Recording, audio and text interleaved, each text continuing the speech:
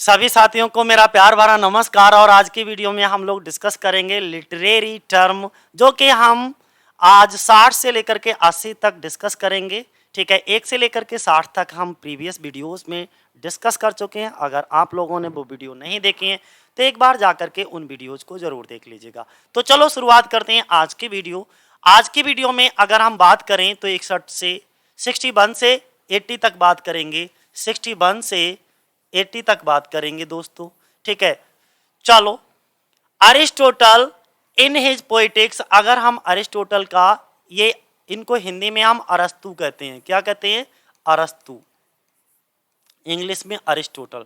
Aristotle in his poetics, poetics नामक work में states करते हैं डेट की द पोइट, कवि को शुड चाहिए प्रीफर इन हिज नरेशन, जो उनका कथन होता है अपने कथन को प्राथमिकता देनी चाहिए। कवियों को अपने कथन को प्राथमिकता देनी चाहिए। अरिस्टोटल ने ये बात कही थी पोइटिक्स में। तो ये इसका मतलब क्या हुआ? तो देखिएगा, इसमें रेफर करता है एक ऐसी सिचुएशन जो प्रोबेबल इम्पॉसिबिलिटीज हो। क्या हो? प्रोबेबल इम्पॉसिबिलिटीज हो। ठीक है, उसको ये रेफर करता है। तो अरस्तु ने अपने पोइटिक्स में कहा कि कवि को अपने कथन में प्राथमिकता देनी चाहिए। ये एक संभावित असंभावनाएं हैं। प्रोबेबल का मतलब होता है दोस्तों संभावित, और इम्पॉसिबिलिटीज का मतलब होता है असंभावित। ये एक संभावित असंभावना है। आंसर पढ़ करके देखो ये संभावित असंभावना कैसे है। मजा तब आएगा जब आप इसका एक्सप्लेनेशन पढ़ोगे। प्रोबेबल इम्पॉसिबिलिटीज ये रेफर करता है एक ऐसी सिचुएशन को, एक ऐसी स्थिति को that is impossible to happen in real world, यानी कि एक ऐसी इमेजिनेशन, आपने ऐसी इमेजिनेशन कर रखी है जो इस वास्तविक दुनिया में होना इम्पॉसिबल है, इम्प्रैक्टिकल है। ठीक है, हो ही नहीं सकती, but is probable in the universe of imagery. लेकिन ये प्रोबेबल संभव कहां है भैया? जो इमेजरी में, इमेजिनेशन कल्पना में जो संभव है, that is assume to exist. Okay, this lets the reader और audience suspend her judgement concerning the impossibilities of the narrative.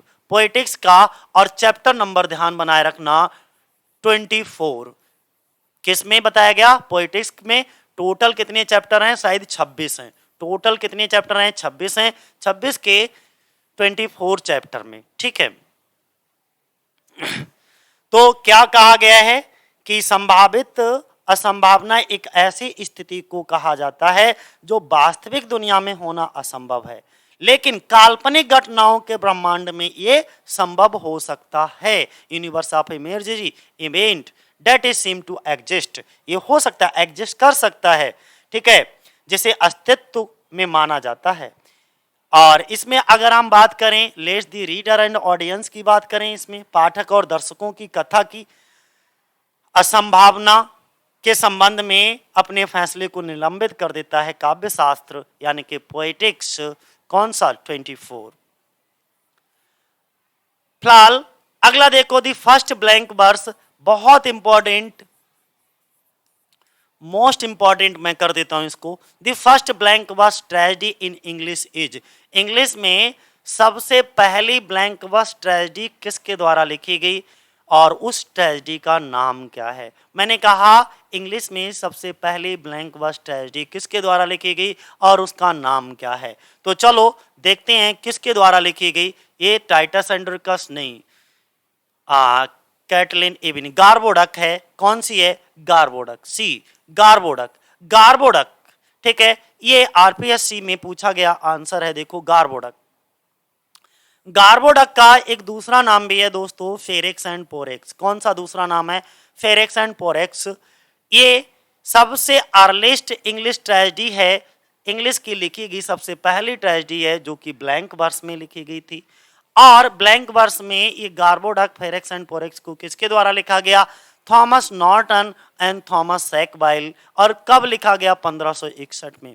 The writers took the story, इन राइटर्स ने, किसने? थॉमस नॉर्टन और थॉमस सैकवाइल ने इस स्टोरी को लिया of the play, कौन से प्ले से? From Geoffrey of Monmouth history of the kings of Britain 1138 से। ठीक है, और ये जो प्ले है वो प्रीमर्ड किया गया था, premiered before Queen Elizabeth first, Queen Elizabeth first से 18 जनवरी 1561 में। ब्लैंक वर्स, अब यहां से ये चीज इंपॉर्टेंट है, ये पूछ लिया जाता है टीजीटी में कि blank verse was introduce, blank verse को इंट्रोड्यूस किया गया था इंग्लैंड में सबसे पहली बार किसके द्वारा इंट्रोड्यूस किया गया था? तो इंग्लैंड में दोस्तों आलाप सर्रे लगभग 1540 में। ठीक है, ध्यान बनाए रखना, ब्लैंक वर्स को इंग्लैंड में आलाप सर्रे 1540 में इसको इंट्रोड्यूस किया गया था। और it is the principal metre, ये मुख्य मीटर था, मुख्य मीटर के रूप में इसको इस्तेमाल किया था शेक्सपियर ने अपने प्लेज में। और शेक्सपियर ही नहीं बल्कि मिल्टन की जो एपिक पोएम थी उसमें भी इस ब्लैंक वर्स का इस्तेमाल किया गया था। साथ ही साथ जो अदर राइटर मेजर वर्क लिखे थे अदर राइटर्स ने, उसमें भी जो भी मेजर पोइट्री लिखी उसमें भी ब्लैंक वर्स का इस्तेमाल किया गया था बहुत बड़ी मात्रा में। 63 नंबर पे देखिएगा, 63 नंबर पे, now therefore while the youthful hue sit on the skin like morning dew, okay these line show, ये लाइन क्या शो करती हैं? क्या कहा गया है, क्या कहा गया, जरा ध्यान से देखो। तो 63 में आपने देख लिया होगा कि ये जो पंक्तियां हैं वो कहां से ली गई हैं, ये आपको बताना है। और इसमें कौन सी फिलॉसफी का यूज किया गया है? ठीक है, सर्कुमुलेशन या कार्पे डियम फिलॉसफी, हाइपरबोली या बोथ ए एंड बी, आपको बताना है। तो कार्पे डियम फिलॉसफी का इसमें यूज किया गया है। अब ये पहले समझ लीजिएगा कि ये लाइनें कहां से ली गई हैं कि now therefore, now means of therefore, इसलिए। फिर कहा गया है वाइल, जबकि the youthful hue, youthful means युवा और ह्यू मीन्स होता है दोस्त रंग या colour, sits on the skin of morning dew, sits सुबह की ओस की तरह त्वचा पर बैठता है। जिस तरीके से सुबह की ओस जो है वो बैठ जाती है, उसी तरीके से जो कलर होता है यूथफुल में, जो लालिमापन होता है वो भी हमारी त्वचा पर खिला हुआ होता है। दीज लाइन शो, ये लाइनें कहां शो की जाती हैं? तो पहले तो आप एक एंड्रयू मार्वेल की एक पोएम थी टू हिज क्वाई मिस्ट्रेस करके, टू हिज क्वाई मिस्ट्रेस, ठीक है, क्वाई मिस्ट्रेस, उसमें इन लाइनों को कहा गया है, ये एंड्रयू मार्वेल के द्वारा 1661 में लिखा गया। तो चलो पहली बात तो ये है, हमसे जो क्वेश्चन पूछा गया दीज लाइन्स, इन लाइनों में कौन सी फिलॉसफी शो की जाती है? तो कार्पे डियम फिलॉसफी को शो किया जाता है। पढ़ के देख लो एक बार आंसर इसका और मजा आएगा। दी अब given lines has been discussed, ये डिस्कस की गई हैं, एक लिरिकल पोएम थी। तो अब देखो एक चीज और पता लग गई कि जो एंड्रयू मार्वेल की एक पोएम थी, वो उसका जो पोएम थी वो काय में थी, पोएट्री फॉर्म उसका क्या था? तो लिरिकल पोएम थी, और उस पोएम का नाम था टू हिज क्वाई मिस्ट्रेस। क्या नाम था? Coy mistress. ये to his coy mistress poem जो है वो किसके द्वारा लिखी गई? एंड्रयू मार्वेल के द्वारा लिखी गई। कब लिखी गई? 1681 में लिखी गई। इन दिस पोएम, इस कविता में एंड्रयू मार्वेल ने हैज यूज्ड कार्पे डियम, कार्पे डियम का यूज किया गया, कार्पे डियम फिलॉसफी, जिसका, और ये मैं बता दूं तुमको तुम्हारी जानकारी के लिए कि कार्पे डियम फिलॉसफी, कार्पे डियम वर्ड जो है वो 2021 के टीजीटी में पूछा गया था। कार्पे डियम वर्ड 2021 के टीजीटी में पूछा गया था। तो जो कार्पे डियम का मीनिंग पूछा था कि इसका मीनिंग क्या होता है? तो सीज दी डे। कार्पे डियम का मीनिंग पूछा गया था तो इसका मतलब क्या होता है? Seize the day. अब 64 पे देखो, यहां से स्पेस देना भूल गए, यहां से स्पेस देना भूल गए, तो यहाँ पे 64 क्वेश्चन यहीं से शुरू हो जाता है। सुनो, मैं इसे देख 64 नंबर का क्वेश्चन देखो, blank verse was introduce, blank verse को इंट्रोड्यूस किया गया था in English literature, English literature में सर्रे के द्वारा, ट्रांसलेशन ऑफ, किसमें? ट्रांसलेशन ऑफ एनीड, एलीड, या किसमें? तो ध्यान बनाए रखना, ये एनीड का था, ब्लैंक वर्स एम्बिक पेंटामीटर में लिखा जाता है, ठीक है। तो translation of एनीड, translation of एनीड, explanation पढ़ लो और मजा आने वाला है। एक्सप्लेनेशन इसका देखो यहां से, blank verse consist the line of iambic pentameter. अब ये आइम्बिक पेंटामीटर क्या होता है, जिसमें 5 स्ट्रेस आइम्बिक वर्स हो उसे आइम्बिक पेंटामीटर कहते हैं, विच आर अराइम्ड, जो अराइम्ड हो, यानी कि राइमिंग। ब्लैंक वर्स वो चीज होती है जिसमें राइमिंग का तो इस्तेमाल किया जाता है, राइमिंग का तो इस्तेमाल होता है दोस्तों, लेकिन मीटर माफ करिए क्या बोल रहा हूं, मीटर का तो इस्तेमाल होता है लेकिन राइमिंग का इस्तेमाल नहीं होता है। मीटर का तो दोस्तों इस्तेमाल होता है लेकिन राइमिंग का इस्तेमाल नहीं होता, ये अनराइम्ड होती है। ब्लैंक वर्स क्या होती है, अनराइम्ड होती है। बात क्लियर हो गई, तो विच आर अनराइम्ड। आगे ब्लैंक वर्स वाज इंट्रोड्यूस, और ब्लैंक वर्स को इंट्रोड्यूस किया गया था इंग्लैंड में सबसे पहली बार, किसके द्वारा, आल ऑफ सर्रे के द्वारा, in his translation of books 2 and 4 of Virgil Aeneid. ठीक है, it becomes the standard metre of Elizabethan age, और एलिजाबेथन में जितने भी राइटर्स इसको लिख रहे थे ये स्टैंडर्ड मीटर का काम कर रहा था, सबका था। अगला अगर हम बात करें, who has been called the sons metaphysical school.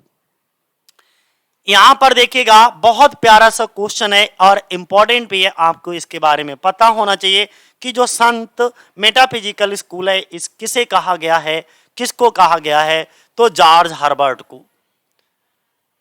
किसको कहा गया है, जॉर्ज हर्बर्ट को। हु हैज बीन कॉल्ड, तो हु के स्थान पर आप जॉर्ज हर्बर्ट का नाम रख दीजिएगा कि George Herbert has been called the saint metaphysical poet.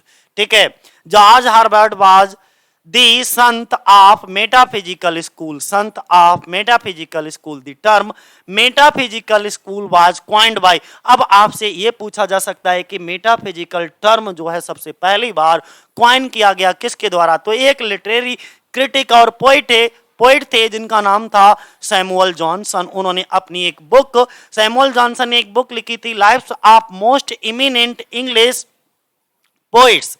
Samuel Johnson के द्वारा एक पुस्तक लिखी गई थी, lives of the most eminent English poets. ठीक है, उसमें सबसे पहली बार मेटाफिजिकल स्कूल को कॉइन किया गया था। तो ये क्वेश्चन भी पूछा जाता है, मेटाफिजिकल स्कूल जो है ये वर्ड सबसे पहली बार डॉक्टर सैमुअल जॉनसन ने अपनी पुस्तक lives of the most eminent English poets में कॉइन किया था। ठीक है, his work is often marked by metaphysical conceits. ठीक है, और he uses many literary form and,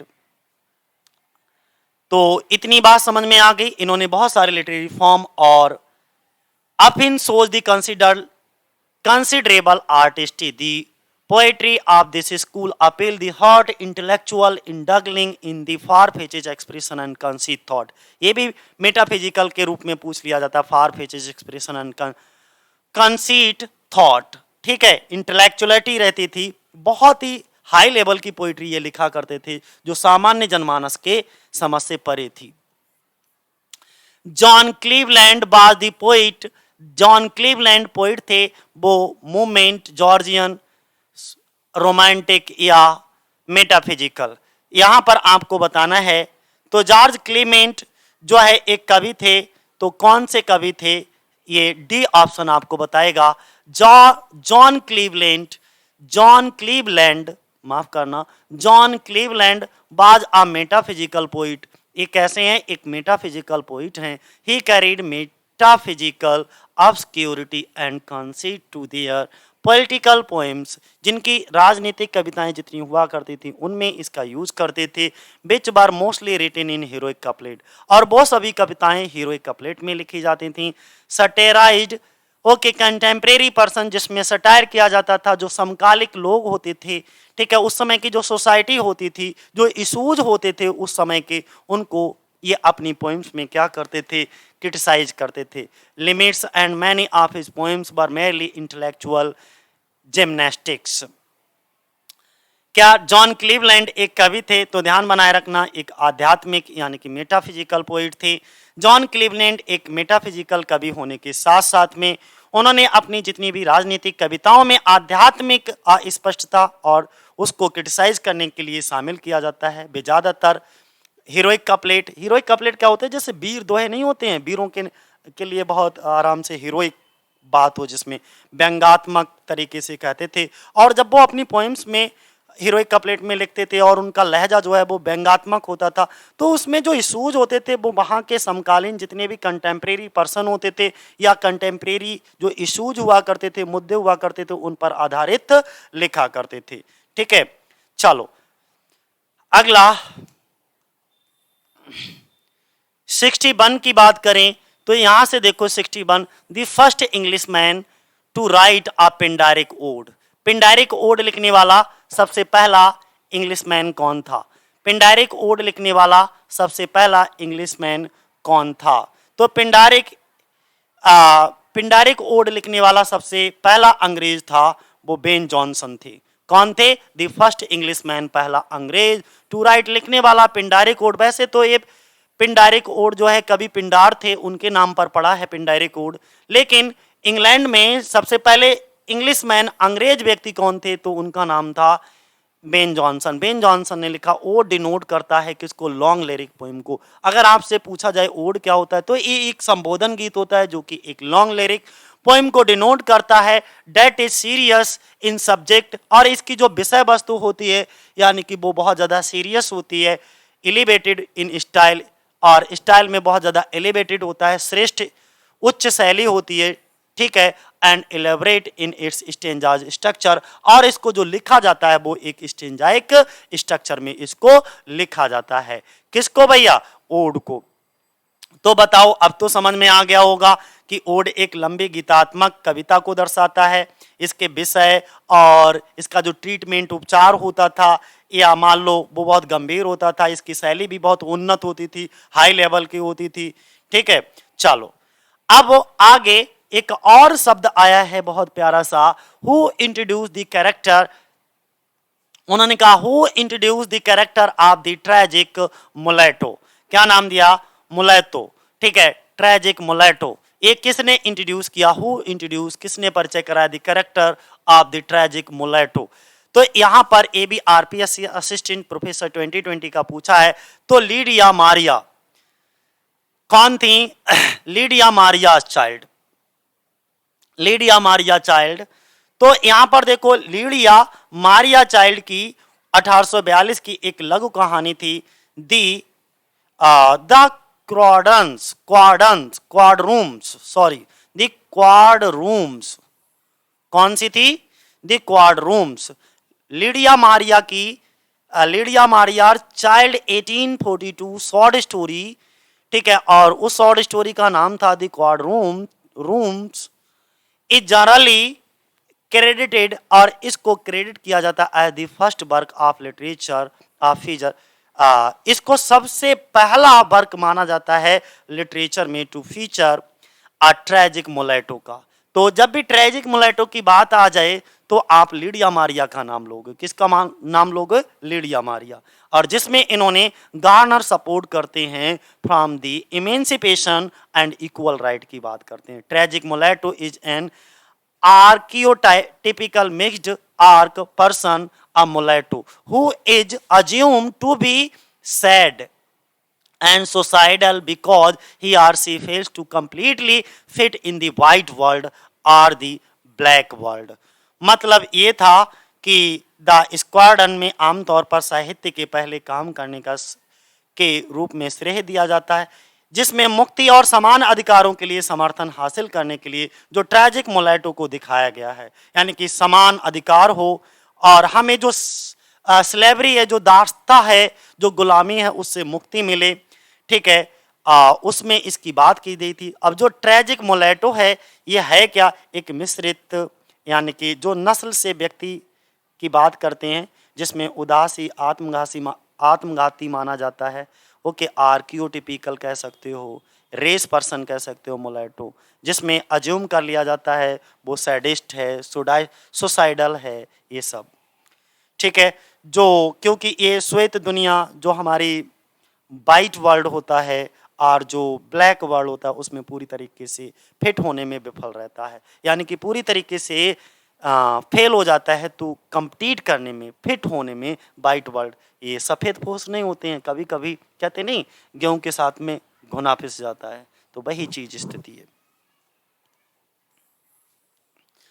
69 पे लॉस्ट जनरेशन एक शब्द है, एक फ्रेज है लॉस्ट जनरेशन। इसको क्वाइन करने वाला कौन है? लॉस्ट जनरेशन को किसने क्वाइन किया है?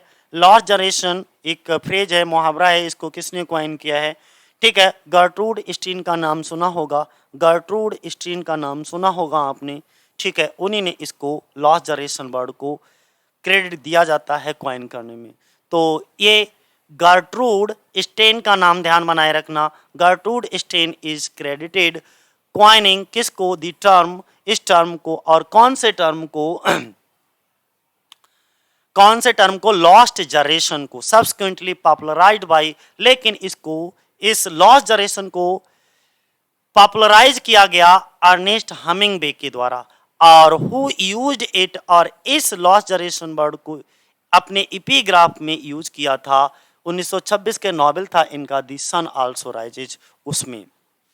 ठीक है, तो अब आपको समझ में आ गया होगा कि अर्नेस्ट हमिंगवे के द्वारा इसको क्या लोकप्रिय बनाया गया, पॉपुलर बनाया गया था। 70 नंबर पे देखिएगा हमने क्या बताया, 70 नंबर पे जाइएगा दोस्तों। 70 नंबर पे अगर हम बात करें तो the poets of the early 16th century such as sir Thomas Butt, Henry Howard, sir Walter Raleigh, sir Philip Sidney, Mary Sidney, Michael Drayton, sir John Davies have in the recent time been called. देखो इतनों के नाम लिए गए, ये सभी 16th century के शुरुआती कवि हैं, जैसे sir Thomas Butt, Henry Howard, sir Walter Raleigh, sir Philip Sidney, Mary Sidney, Michael Drayton, ठीक है, सर जॉन डेविस को हाल के समय का कहा गया। क्या कहा गया भैया? इनको सिल्वर पोइट्स शब्द दिया गया था। ध्यान बनाए रखना मेरे दोस्तों, इन सभी पोइट्स को एक नाम दिया गया था, सिल्वर पोइट्स। क्या नाम दिया गया था दोस्तों? Silver poets. The term silver poets for use a group of 16th century English poet. 16th century के इंग्लिश पोइट्स के लिए एक ग्रुप दिया गया और उस ग्रुप का एक नाम रखा गया था silver poets, known as the excellence for the writing, और ये अपनी जाने जाते थे excellence in the writing short elegant lyrical poems के लिए। Silver poets were a group of, और उस सिल्वर पोइट के ग्रुप में कौन कौन लोग शामिल थे दोस्तों? इंक्लूडिंग, तो नंबर 1 ये 2, जिनको हेनरी हॉवर्ड को हम अर्ल ऑफ सर्रे भी कहा जाता है, ठीक है, sir Philip Sidney, sir Walter Raleigh और जॉन डेविस। अगर इनमें से आ जाए तो ये सभी 16th सेंचुरी के सिल्वर पोइट्स के नाम से भी जाने जाते हैं। ठीक है, अगला, who of the following distinguishes between the text of pleasure and text of bliss. आगे आपके सामने 71 पे एक बात कही गई है कि निम्नलिखित में से कौन, हु इज द फॉलोइंग, निम्नलिखित में से कौन डिस्टिंग्विश करता है बिटवीन। डिस्टिंग्विश का मतलब होता है मेरे बच्चे अंतर पैदा करता है, बिटवीन बीच में, और किन दो चीजों के बीच में? टेक्स्ट ऑफ प्लेजर और टेक्स्ट ऑफ ब्लिस। दोनों का मतलब होता है आनंद के पाठ, और दोनों का मतलब मुझे तो सेम लग रहा है, text of pleasure and text of bliss.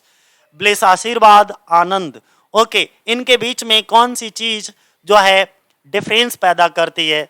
तो देखो यहाँ पे कौन है, रोलाल्ड बार्थ्स। तो फ्रेंच लिटरेरी थ्योरिस्ट हैं ये फ्रांस के लिटरेरी थ्योरिस्ट हैं जिनका नाम है रोनाल्ड बार्थ्स। ये विभेद करते हैं, यानी कि अंतर बताते हैं किसके बीच में? Between the text of pleasure और टेक्स्ट ऑफ ब्लिस।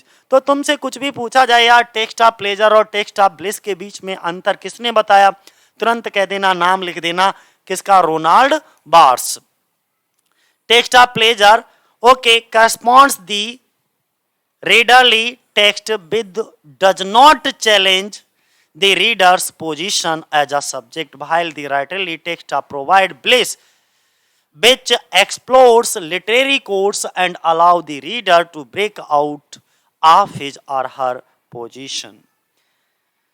तो इसमें बस छोटी सी बात बताई गई है, अगर मैं समझ पा रहा हूं तो जो टेक्स्ट ऑफ प्लेजर है इसमें जो रीडर होते हैं, रीडर के पाठ से मेल खाता है, जो एक विषय के रूप में रीडर की स्थिति को चुनौती नहीं देता, जबकि राइटरली टेक्स्ट जो होता है वो आनंद प्रदान करता है, जो साहित्यिक कोडों का विस्फोट करता है, यानी कि उनके जो साहित्यिक कोड होते हैं, लिटरेरी कोड्स होते हैं, उनको वो डिकोड कर लेता है और पाठक को अपनी विषय की स्थिति के बाहर निकलने की अनुमति देता है, यानी कि वो उससे हटकर भी, उससे रिलेट करके भी चीजों को सोच सकता है और समझ सकता है। Words ending with bound morpheme, bound morpheme और शब्द है logy, have the primarily stress on the syllable of the suffix.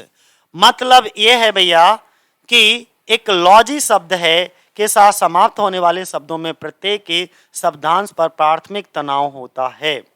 तो ये एक लिंग्विस्टिक का सवाल आ गया है भैया, लिंग्विस्टिक का सवाल आ गया है, लेकिन फिर भी हम आपको एक्सप्लेन कर देते हैं। देखो यहां पर समझिएगा, the in linguistic word ending the bound morpheme logy have the primarily stress on the immediately preceding syllable of the suffix. Bound morphemes cannot stand alone and are usually tied to another morpheme. ठीक है, तो बोलो इसमें कौन सा option हमारा सही होगा? तो ए ऑप्शन हमारा सही होगा। कौन सा ऑप्शन हमारा? A, immediately preceding, immediately preceding. Next जाइएगा 73 नंबर पे।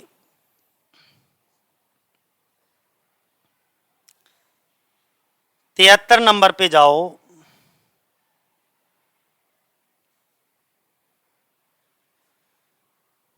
सरल सा है, देखो आइडेंटिफाई करना है दी वर्ड्स को having wrong okay phonemic transcription against it. तो ये भी आपका उसी का है, ट्रांसक्रिप्शन यानी कि फोनेटिक का है, फोनेटिक ट्रांसक्रिप्शन का है। फिलहाल पढ़ लो, उन्होंने एक शब्द दिया है कि ये रॉन्ग तरीके से कौन सा है, ठीक है, कौन सा ट्रांसक्रिप्शन जो है वो रॉन्ग है, किसका? ऑब्जेक्ट का।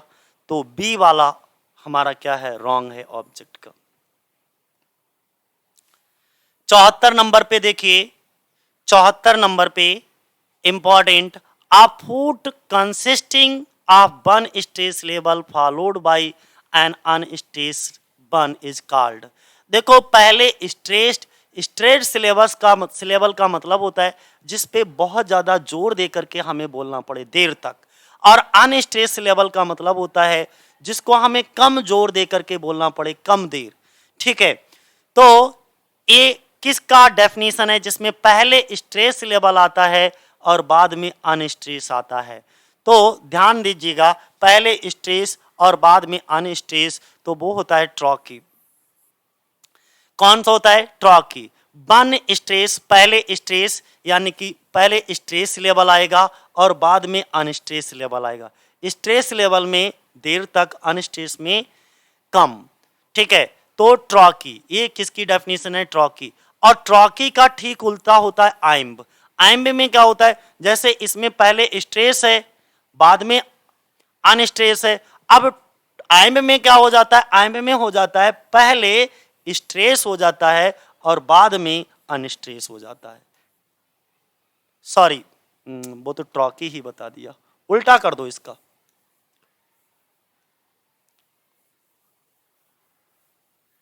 मैं इसका उल्टा कर देता हूं, ये इधर कर दो, छोटा पहले बड़ा बाद में, यानी कि अनस्ट्रेस पहले स्ट्रेस बाद में, तो ये आइम्बिक बन जाएगा।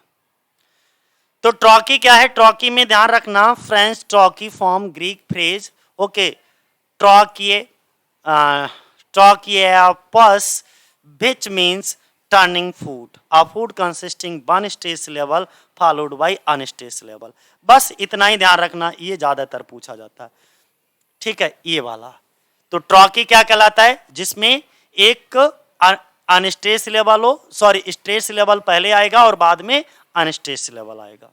आइम्बिक में अनस्ट्रेस पहले आएगा और स्ट्रेस बाद में आएगा।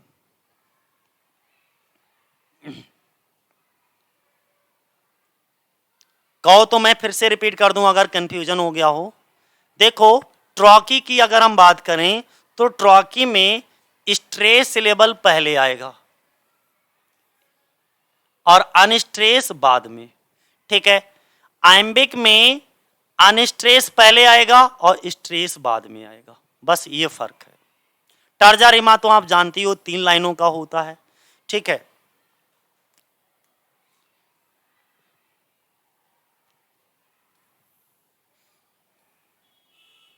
अगला formulating general hypothetic about language change okay come under the branch of linguistic called, क्या कहलाती है फार्मोलेटिक जर्नल।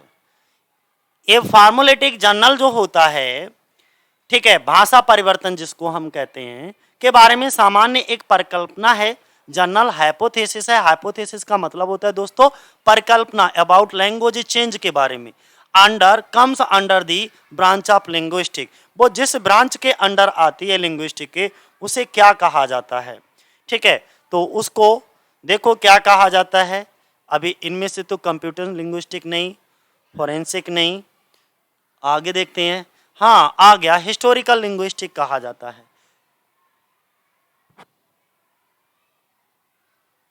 नहीं, माफ करना, ए वाला ऑप्शन सही होगा, ए।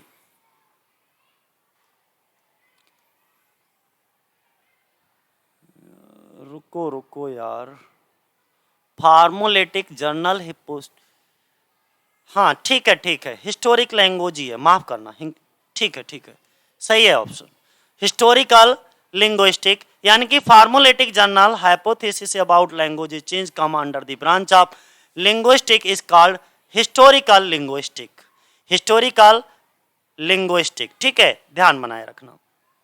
अगला अगर हम बात करें 76 नंबर पे, तो देखो 76 नंबर पे क्या है, complete the statement given below with the appropriate option. Okay, Saussure believe that सिनेक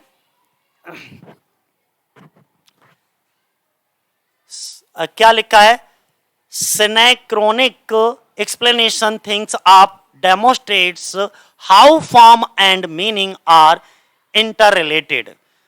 मतलब ये हो गया इसमें कि नीचे दिए गए कुछ कथन है उसके विकल्प को पूरा करना है, ठीक है। इसमें फिर से सॉसर आ गए। सॉसर का मानना है कि चीजों की एक समकालिक व्याख्या दर्शाती है। ओके, साइनोक्रोनिक एक्सप्लेनेशन का मतलब होता है समकालीनिक व्याख्या ऑफ थिंग्स, डेमोस्ट्रेट करती है, दर्शाती है। हाउ फॉर्म्स, उसके फॉर्म्स रूप and meaning are interrelated, उन्हें कि उसके रूप और उसका अर्थ एक दूसरे से इंटर रिलेटेड है, कैसे, ये आपको बताना है, ठीक है, कि कैसे रूप और अर्थ आपस में जुड़े हुए हैं। तो इसका जो ऑप्शन होगा वो डी होगा, D option, at a particular point of time in the particular language system. Particular point of time in a particular language of system का मतलब होता है एक विशेष भाषा प्रणाली में एक विशेष समय पर, यानी कि according to Saussure synchronic linguistic is the study of language. Okay, at the particular point of time, किसी भी particular point of time in a particular language system में वही कहलाता है क्या, आपका Saussure's synchronic linguistic of study, ठीक है। Saussure is also differentiate between the langue and parole, यानी कि जो सॉसर थे उन्होंने ही डिफरेंस बताया था इन दोनों के बीच में, किसके बीच में, लैंग्वे और पैरोल के बीच में अंतर। आगे 80 तक हमको पहुंचना है, 76 77 पर पहुंच चुके हैं, ठीक है। उन्होंने बताया हाउ मैनी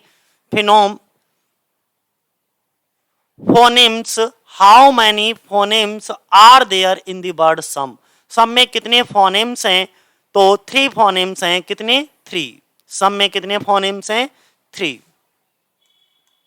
फोनेटिक का है ए बी। अगला, which of the following is not part of tragedy according to Aristotle, Aristotle के अनुसार इसमें ट्रेजेडी का पार्ट नहीं है।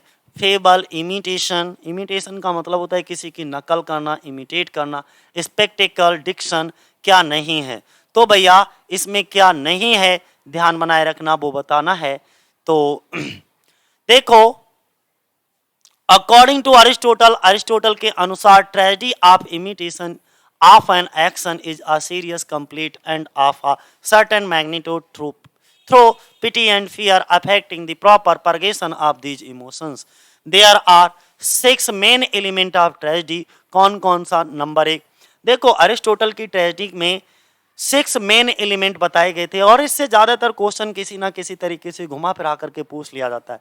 तो ये 6 जो एलिमेंट हैं इनको बिल्कुल ध्यान बनाए रखना है। पहला प्लॉट, दूसरा कैरेक्टर, तीसरा डिक्शन, चौथा थॉट, पांचवा स्पेक्टेकल और छठा मेलोडी। तो ये 6 थे। कौन सा नहीं था? डिक्शन भी है, स्पेक्टिकल भी नहीं है, स्पेक्टिकल भी है। ठीक है, आपको बताना क्या है, अभी क्वेश्चन एक बार पढ़ लें। नॉट नहीं है, फेबल नहीं है या इमिटेशन नहीं है, तो भैया फेबल नहीं है। ठीक है, कौन सा नहीं है? फेबल नहीं है। देखो फेबल का कहीं कोई जिक्र नहीं होगा, इमिटेशन भी नहीं होता। आगे 69 पे देखिएगा, the plays of which of the following Euro 8 American playwrights can not be describe as the theatre of the absurd. तो यहां पर देखो सी पर अगर हम बात करें तो एडवर्ड बॉन्ड हैं। कौन है? Edward Bond. The plays of Edward Bond can not be describe as the theatre of absurd, यानी कि थिएटर ऑफ एब्सर्ड के रूप में किसके प्लेज को नहीं डिस्क्राइब किया जा सकता? एडवर्ड बॉन्ड के प्लेज को डिस्क्राइब नहीं किया जा सकता। और ये जो थिएटर ऑफ एब्सर्ड है, ये जो टर्म है वो कॉइन किया गया था, ये बहुत पूछा जाता है मार्टिन एस्लिन के द्वारा। मार्टिन एस्लिन ने अपने कौन से एसे में इसको कॉइन किया गया था? तो थिएटर ऑफ एब्सर्ड में ही इसको कॉइन किया गया था 1960 में। ठीक, आगे इसके मुख्य रूप से इस पर फोकस किया था जो मुख्य रूप से प्लेराइट थे। प्लेराइट की स्पेलिंग पूछ ली जाती है। सैमुअल बकेट थे, ओके, जीन जैनेट थे, यूजीन लोनेस्को थे, ये सभी थिएटर ऑफ एब्सर्ड से। और आज की आखिरी क्वेश्चन, आज का आखिरी क्वेश्चन, उन्होंने कहा विच of the following is an example off campus novel.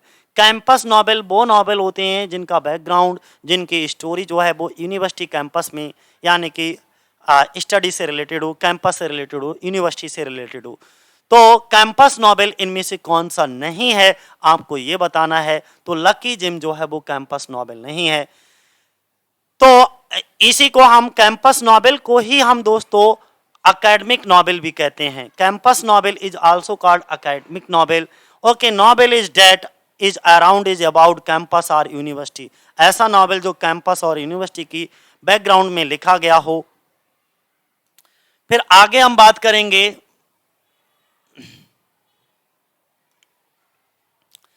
कि this the genre is said to have started in 1950.